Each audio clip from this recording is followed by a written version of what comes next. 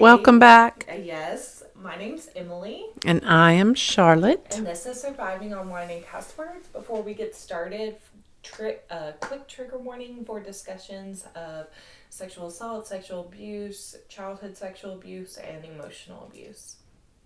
Okay. All right, Mom. Yes. How's your week been? It's been a tough week. Midnights are never good. You're on midnights all the time. Yeah. I swing shift, and this week was just a busy week. And we got a lot of emails. So I had some time to answer some emails, which was great. You didn't have time because it's been busy. But I'd made time. Oh. Okay. I made time to read and answer them. So it's been a crazy week. I was woken up yesterday while I was trying to sleep to get ready to go back to work last night with a tornado warning and a clap of thunder that I thought we were having an earthquake. Yeah. And then there was a tornado, and then I woke up today and there were snow flurries. Yeah. So awesome. The weather's just about as, consistent as my emotions. Right. It's bad. Yeah. Bad. But I want to say hi to everybody that's coming back. Yes. Say hi to everybody that's new. We've gotten so many new listeners in the last couple of weeks. We have. And it's great. It's great on so many levels. Last time we said every time somebody emailed us and had a story, we were going to put a cork up for them. Yeah.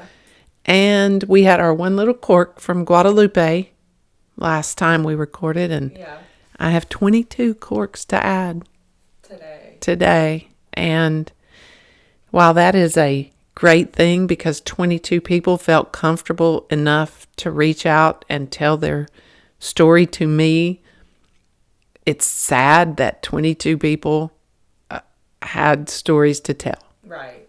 But visually, we're going to add these corks. I'm going to let you talk while I add the corks because I got to move away from the microphone. And Lord, we've had some audio issues. We're not professionals. Yeah. So we got a bunch of emails this week from lots of new listeners who told their stories, and some of them didn't want them read on the podcast. Some of them were telling their story of sexual abuse for the first time. Yeah. And it was really nice. Mom's been kind of in charge of reading the emails and responding to people. We do have at least one email that we did get the okay to read on the air. And I will go ahead and tell you guys that we will not read your email or read your story without explicit permission or instructions in the story. So, if you sent in your story and it didn't explicitly say oh, it's okay to read this, we definitely are not going to read that.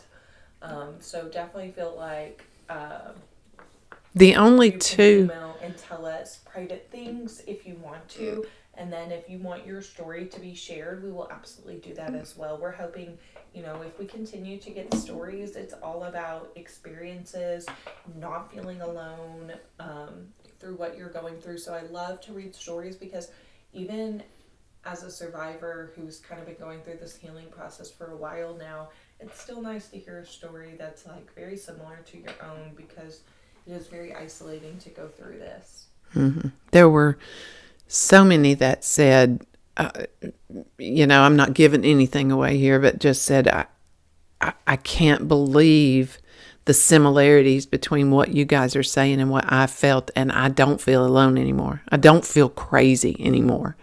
And that feels good. That feels good. And I do have to say, my online persona might very well be Charlotte Wines, but if we continue to get emails in the rate that we're getting emails, we're going to have to change up the corks for something else because I don't drink that much wine. Figure it out. I have some saved. Bo suggested a bell, we could put little bells on there, but we'll figure it out. Yeah. We'll figure it out. Everyone who sends a story will be represented by something. We're going to do the corks until we're out of corks. And this went from 1 to 23 in 10 days. I just really love feeling all these people are here and they support me. And I do love having it. We support them.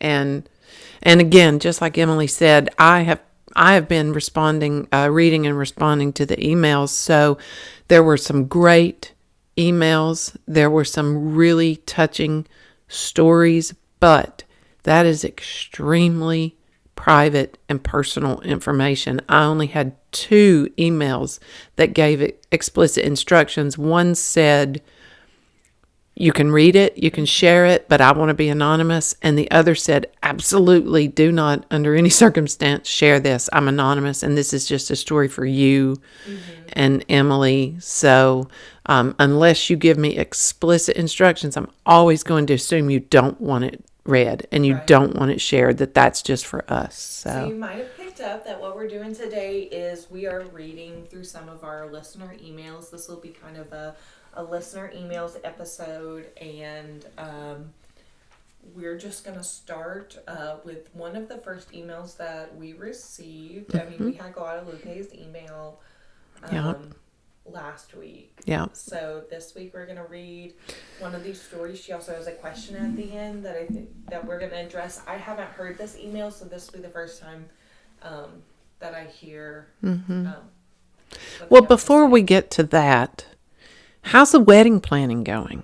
I just want to ask how the wedding planning is going, because yes, I've had a busy week at work and I haven't talked to you, and you have your ring on today. You have your ring. It's sized. It's great. Do we have a guest list yet? No. You need to have a guest list, Robert. I have my list. Okay. But I don't know. You need to give it to me. We need a guest list so we can start moving on with this wedding planning. Oh, gosh. But your week, was it okay? Yeah, it was okay, fun, good. Yeah.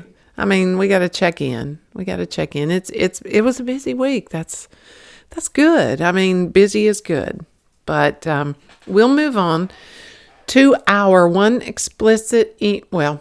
email that specifically said, yes, you can share it. Yeah. So we're going to read this email, and then we're going to get into a couple things that she asked. So absolutely. It says, hi, thank you for your podcast.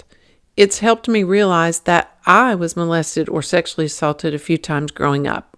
I'm not planning to press charges, but it happened habitually by a cousin a few years younger than I. When I was probably 6 to 10, and it says I've blocked it out for so many years, but I think I need to go through it.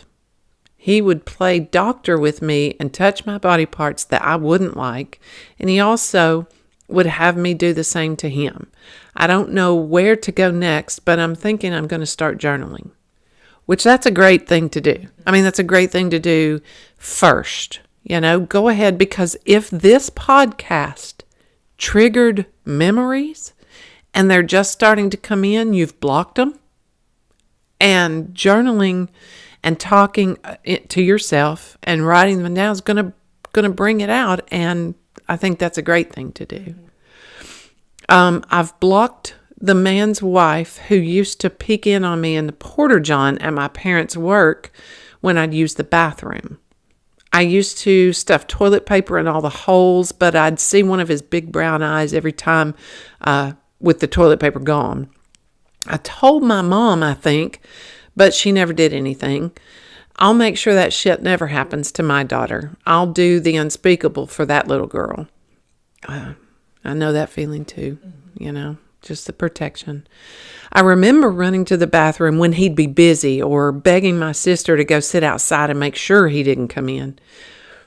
Everyone blew it off like it was no big deal, which is it's infuriating, but that's the weight. The weight comes when everybody blows it off. When you think this matters to me, this is my reality, and this matters to me, this makes me uncomfortable, and I don't like it, and everybody around you thinks it's no big deal. Mm-hmm. That's hard. Anyways, I'm 35 and married, but I've been very standoffish during sex during most of my relationships, and it's making me wonder if that has anything to do with it. Have you guys done a podcast on this yet? I think that would be great. And then she says, you can share it on the podcast, but I'd like to remain anonymous, please. All the best. First, I am extremely sorry for what you went through, and I'm very sorry that you weren't believed, or maybe believed but then brushed off like like it's not important, like this is no big deal. Right. Because the fact of the matter is, you didn't do anything wrong. You didn't do anything to encourage it. That's not, it's you were just living life, and whether they believed you or not, they did not help you to deal with what your reality was, and that was being scared and uncomfortable. Right. And that, I fully believe, is going to lead to, if you don't address it, if you don't talk about it, if you don't get some kind of help from someone, it's going to lead to issues with your relationship, just like she was talking about. She thinks she has it. She's been very standoffish. Yeah. I mean, me personally, after you disclosed, I think probably, timeline when you disclosed, we had not even hit our first year wedding anniversary. Right. So we were, basically newlyweds. We dated for a couple years before we got married, but we were basically newlyweds. And, for the first month, maybe even longer than that, I would cry tears every time we had sex. Because what was in my mind was what was going on, and I couldn't get it out of my mind. That affected our relationship. I mean, that, how does that feel, that you're trying to have this loving moment with your partner, and then all of a sudden they're crying? What did I do wrong? Well, you didn't do anything wrong. I've just got some shit I need to deal with. Yeah. So it's obviously going to affect your relationships going forward until you do get some kind of help or talk to somebody to understand it's not them. It's what you've got to deal with what happened.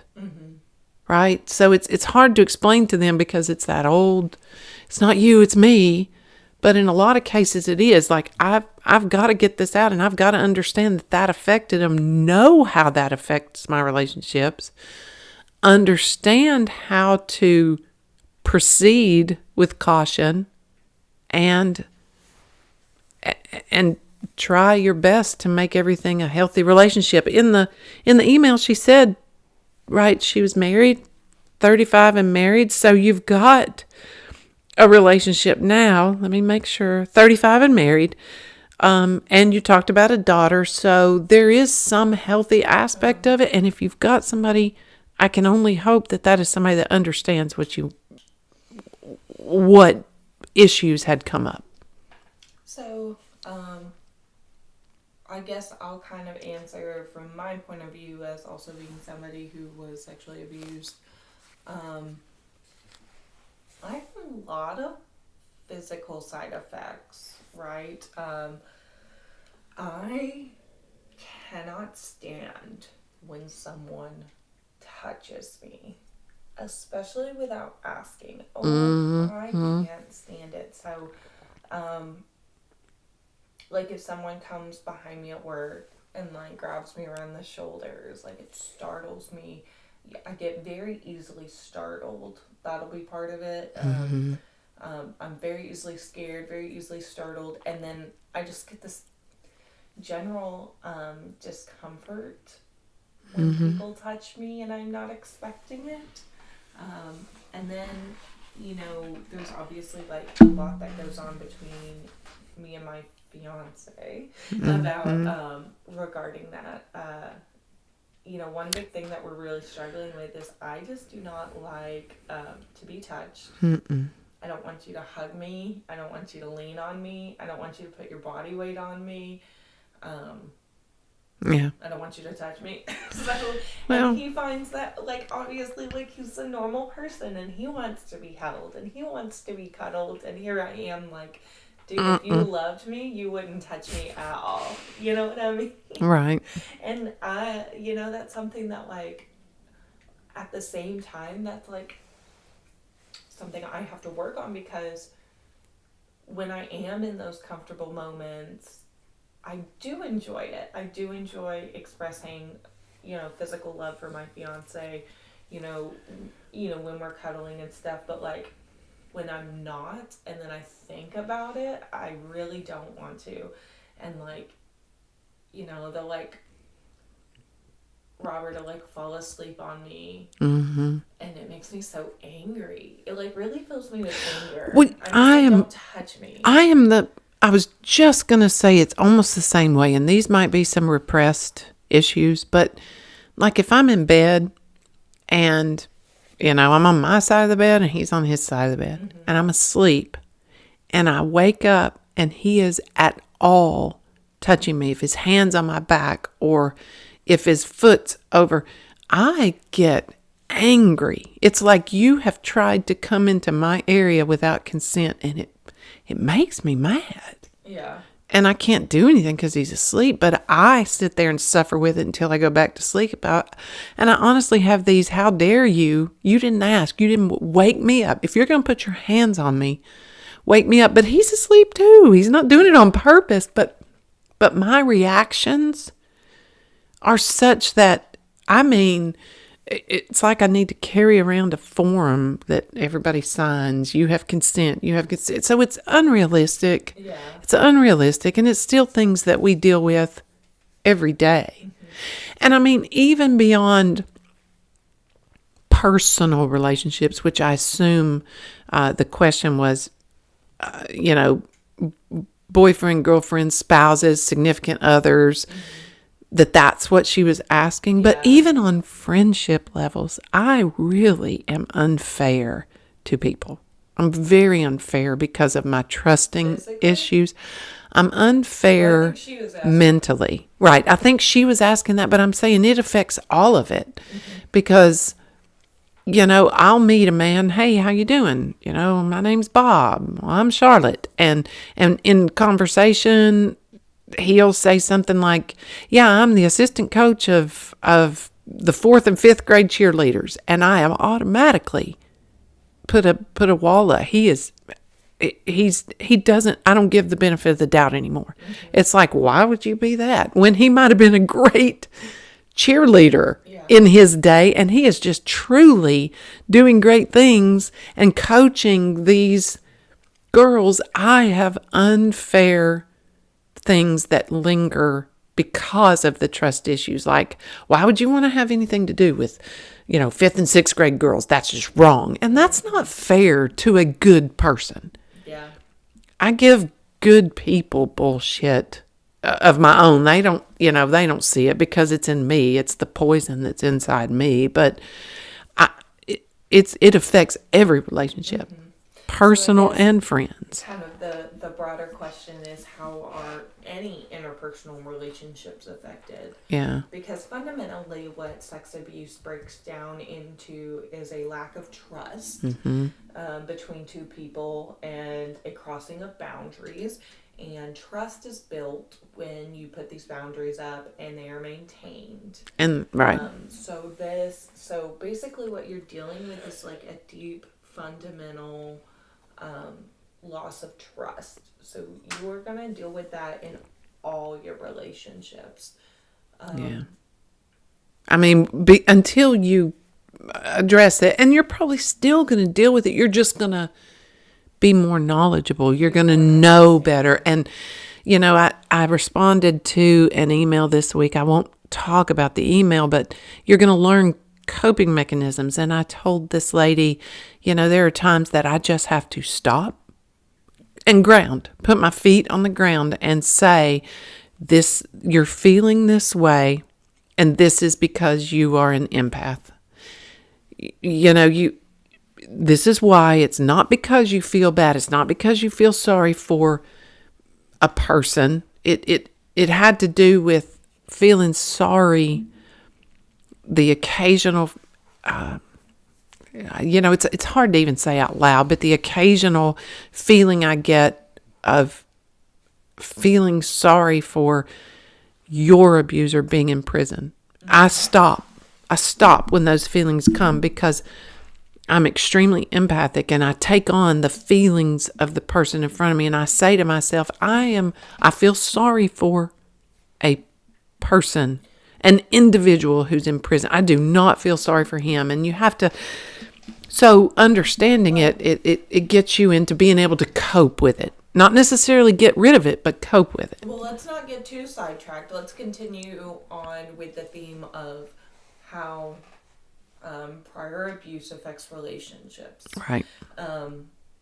And she specifically was asking about physical effects, right? She was asking about, like... I think, yes, because she said she was standoffish. Right. I would consider myself very similar.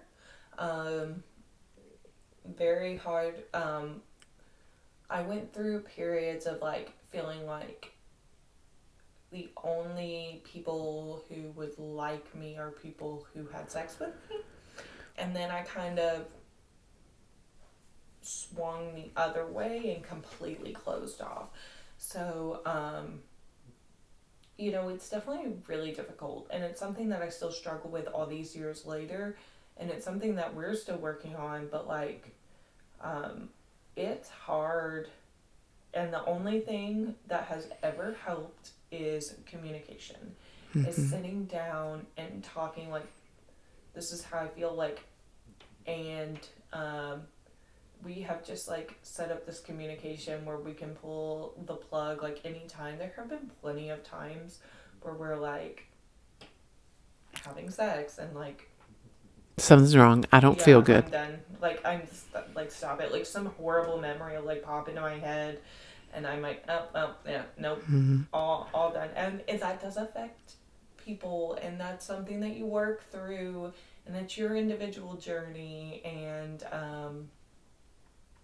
But having someone that's willing to stop when you say stop is a great thing. Well, and it's then not a great thing. That's a requirement. Well, right.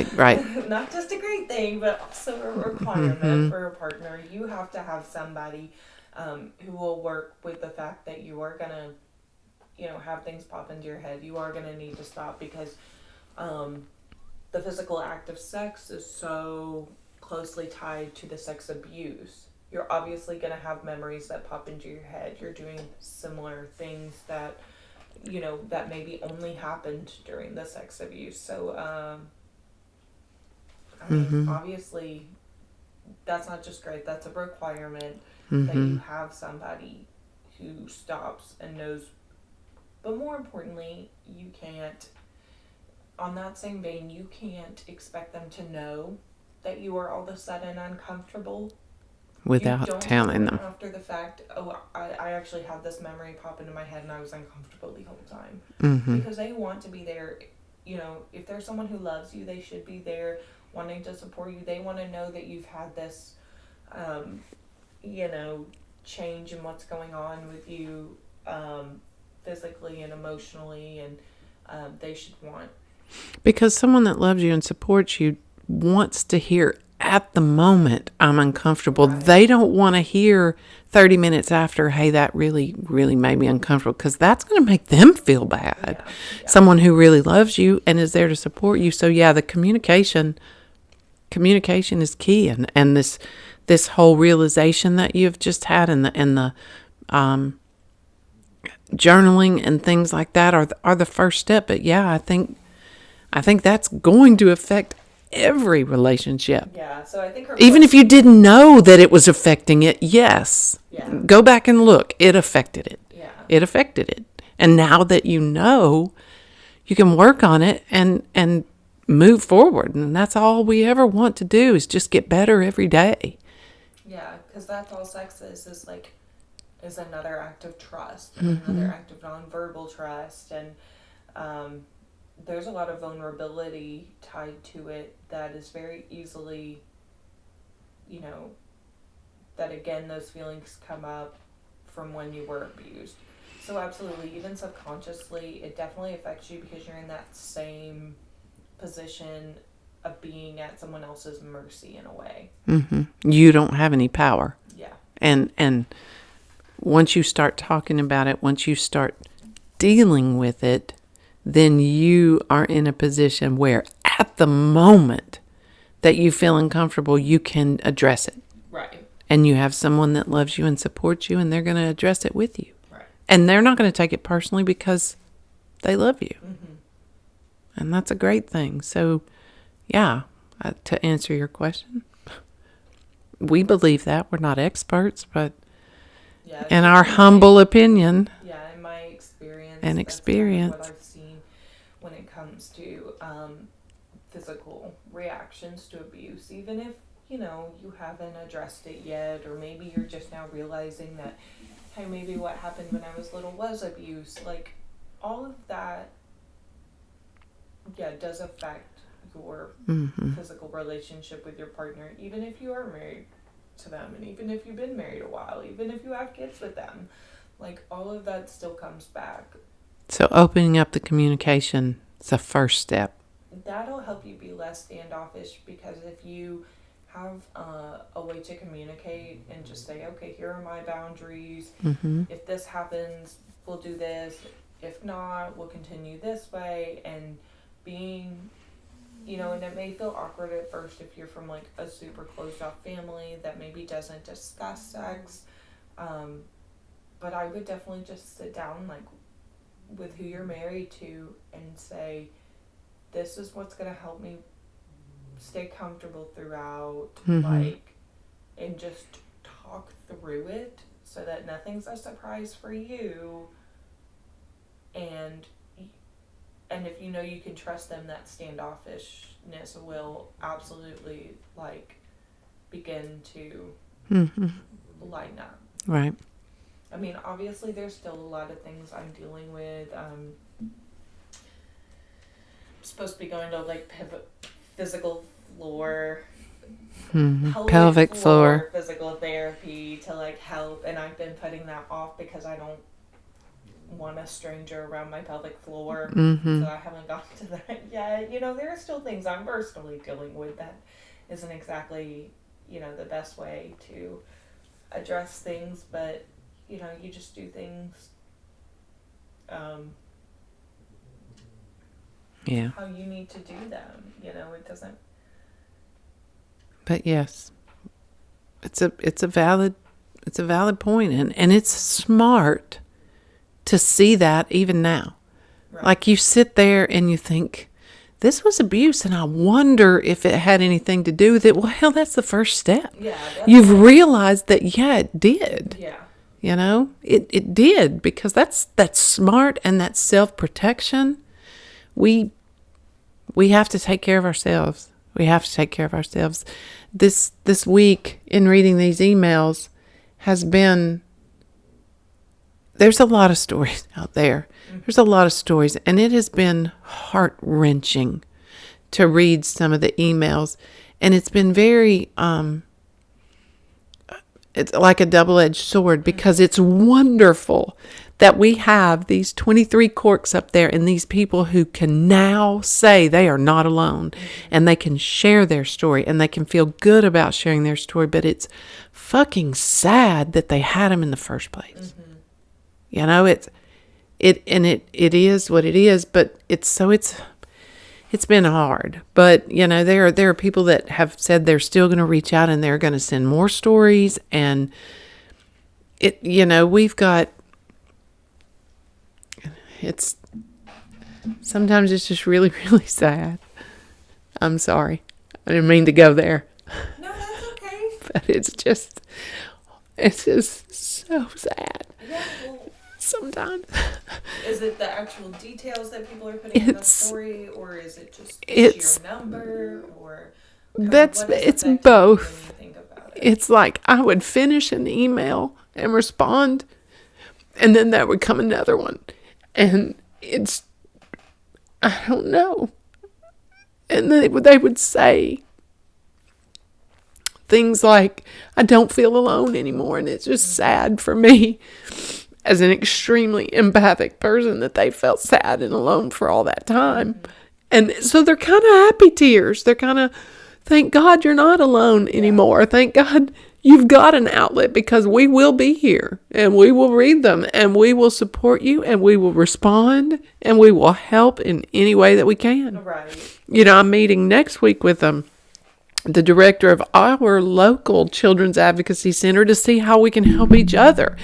Can you suggest our podcast to some of the non-offending parents that come into you? Because we're not experts, but we are a story. And, it could be a guideline. It could be an outline for something that you could give them, and that's all we're here to do. And be support. And I'm so sorry that I just lost my shit. I'm sorry. Every one of your emails have been read, have been felt deeply. Yeah. And you're here with us. You're here with us, just so you know. And we'll still be here to continue on. There are things, I got emails from a producer who's doing a story about a woman whose husband committed suicide, and after, as she was trying to deal with that, realized that he did it because of unresolved childhood sexual trauma. Mm-hmm. You have to address it. Yeah. You have to address it because we want you here. Mm-hmm. That's the main thing. Address it, share it, and we can be that one little outlet that you share it to. We're here for that. Yeah. We're here for that. I'm sorry. So I think just closing out on the thoughts of how the abuse affects trust, mm-hmm. how the abuse affects relationships. I have a very hard time opening up to people in general. If we're talking about just zooming out of just even physical relationships more into mm-hmm. getting to know people, people at work, they're like, I really enjoy talking to you, but you're super closed off. I don't volunteer a lot of information about myself. Mm-hmm. I tend not to. I'm a super lively person and super fun, but once you know someone. Right. Exactly. Well, and I found that my profession, at being a bedside nurse, I have gained a lot of skills in getting to know people really quickly and finding common ground with people really quickly, and that helps me. I'm starting to, we go out to a bar a lot, and I'm starting to talk to people and just sit down with strangers, but at first it feels, really awkward. I kind of feel like I'm being stared at anywhere I go, but I know nobody's really staring. Everyone just looks. But sometimes I do feel like people are staring at me, and mm-hmm. I wonder if that comes back, from the trial, or that comes back from emotional abuse from my father making comments about what I weighed or what I looked like or what I was wearing. And maybe that sits unconsciously in my brain, and now I wonder if other people think that. So it affects me just like walking into a room with any other human being, mm-hmm. That deeply. It does me too, and my desire to want to be with other people. I often tell people that I meet new now, once I get to know them, that I wish they knew me years ago. Mm-hmm. Because I used to be so jovial, just attack you with a hug and attack you with a laugh and just do a little tap dance. And I do that to the people that I know. Yeah. But I can't, even Bo tries to get me sometimes to go out with him when he goes to throw darts. Mm-hmm. And he'll say something like, there's so many people there. And I'm like, I don't know them. I don't know them. It's like there's this huge wall that almost feels exhausting to try to, because they have more to prove than I ever made anybody else prove, yeah. I guess. It's kind of like in the beginning, I always, the trust was just dollar bills at a strip club. I was giving trust out to everybody. And then when it got pulled away, mm-hmm. it's hard for me to make a relationship now. Yeah, because, I often don't think about this, but you were married to my dad, You give that trust. That's a big, huge, as somebody who's getting married. Yeah, it's mm-hmm. a huge chunk of your trust. And then, I do, and I apologize to people that I actually meet, like in the last 4 or 5 years, mm-hmm. that I actually meet and I actually form a bond with. I end up apologizing to them and telling them I wish they knew me before because I was so much more fun. There's so much that goes into new relationships now that didn't used to because trust was given so freely. Yeah. It's going to affect what you went through as a child, whether you know it or not, whether it's subconscious or conscious, whether you were even aware that you were abused. It's there. Yeah. If it happened, it's there, and it does affect your relationships. Mm-hmm. But you can, work through it, through therapy, through journaling. Great idea. Excellent idea. Journaling and sharing it and communicating with the people that you love because they're there to support you. Yeah. That's the most important thing, is just staying really open and communicative with your loved ones. Mm-hmm. They're the ones that matter. It's been a long week. Yeah. And I encourage you to write us. I encourage you to. We want more corks. We don't want more corks, but we want more corks. Because the whole point is, here's the whole point. Let's just lay it out on the fucking line. Mm-hmm. The whole point is 1 in 4 girls, 1 in 6 boys already have suffered it. Mm-hmm. The fact that I hear about it doesn't matter. Mm-hmm. They are already a statistic. Yeah. So when you email us, when you write us, it doesn't change the statistic that it happened. It changes the statistic that we are all together and you're not alone. Yeah. You don't have to feel alone. Does that make sense? Yeah, it already happens. Mm-hmm. So the emails, the messages, the comments, journaling yourself, talking to a friend, opening the lines of communication with the people in your life doesn't change the fact that it did happen. Yeah. It just makes you feel not alone. Mm-hmm. And that's all we're here for. We can't, I hope to stop it.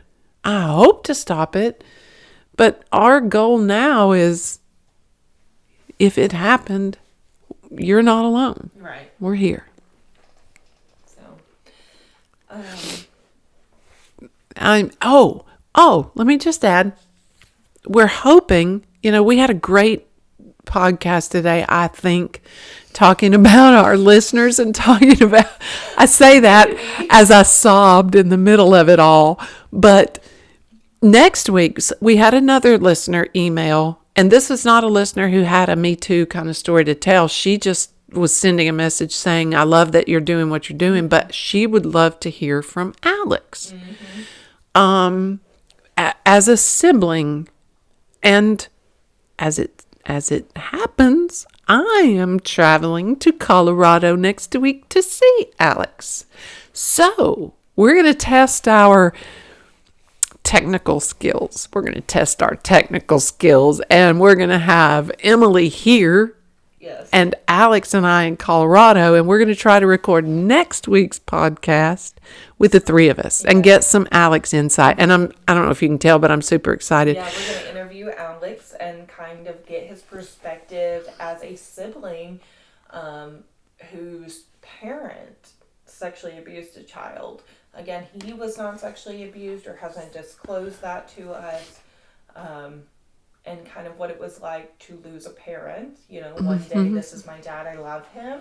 The next day, this is my dad, he's in prison. Right. And that's, and kind of how he dealt with that and what his experience has been on his healing journey. We also have a meeting with the director of the Children's Advocacy Center. Hopefully we can get some awesome information to come back and kind of and share with you guys.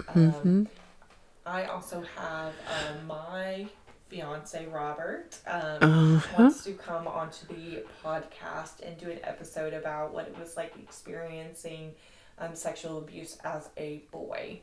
Yes. Growing up. Yes. And kind of what his experience was, how adults reacted to him, and We've got some great things lined up in the future. We really do. So we hope that you stick around. We hope that you share your stories. Yes. We hope Please that you stay continue with to us. send in your stories. Of course, explicitly let us know if we can read them. Just like sharing my story, when you share your story, it's like someone else hears it and they're like, "Oh, that same thing happened for me." Yeah, So there were some stories that I felt, oh my gosh, that would absolutely help other people, because it wasn't something specific to ours. It was Yeah. something else. And I'm still not going to read them, but I think, oh my gosh, so many other people must have been in that same situation. They would love to hear that. So we're not just here wanting you to hear our story and connect to it. We're here to be a connection to your story to connect to other people, because your story contains elements that our story doesn't, but it contains elements that someone else's story does. And so we're just a cog in the wheel. Did I say that right? A cog in the machine, whatever. And we're here to connect. So if we can read it, anonymous, not anonymous, if we can read it, please let us know, because I was so heartwarmed with the people that said we have helped them. yeah. We have helped them. And you could contribute to helping someone else by sharing your story. But if it's okay to read it, just please let us know, because I look forward to that in the future. I do. If you have any specific questions, concerns, or comments that you want to make, and of course, if you want to send in your story, please email us at survivingonwineandcusswords@gmail.com.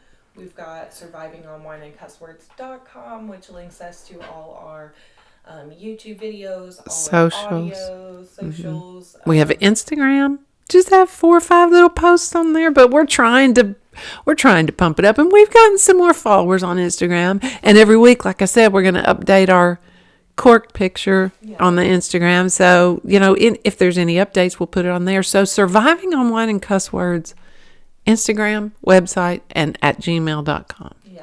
You can get us anyway. You have any closing remarks for the week? My closing remarks are, I have 3-day shifts next week to work, and then I will get to go see your brother. And I'm super happy. I'm looking forward to that. And that is what that's what I'm going to focus on to keep me happy, until I get there. It's actually been the longest I have ever been away from either one of my children without seeing them. Really? Do you realize that?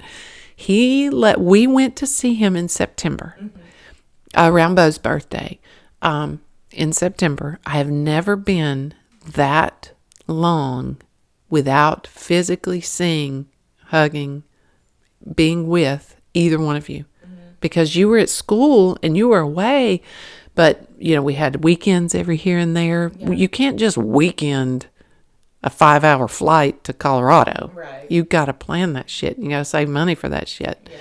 We're only going to be there for 3 days anyway, but it's around his birthday.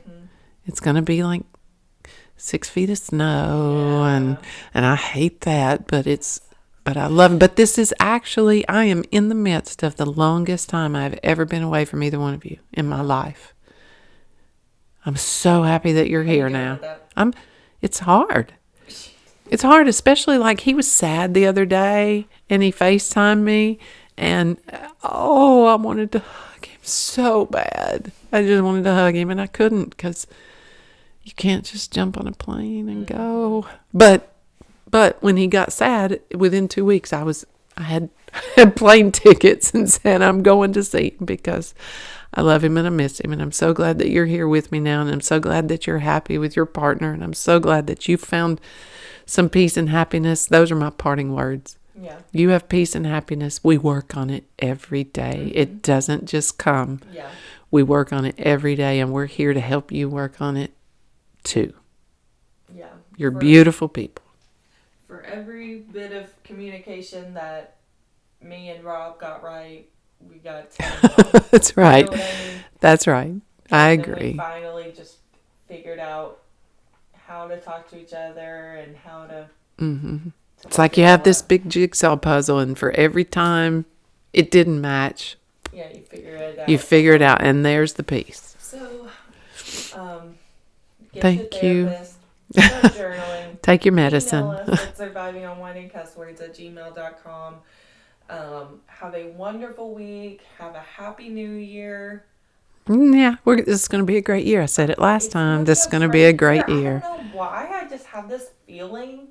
It's going to be a great year. It's just really great things are going to happen this year. That's right. So we love it. We love you.